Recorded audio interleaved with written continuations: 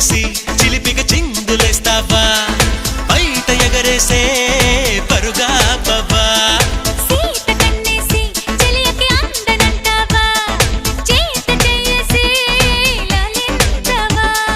నడుగున ఊగే జడగంట తిప్పుకోక నీ వెనుక ఎగబడి రాగే చెలిమంట ఎంత చెప్పినా వినక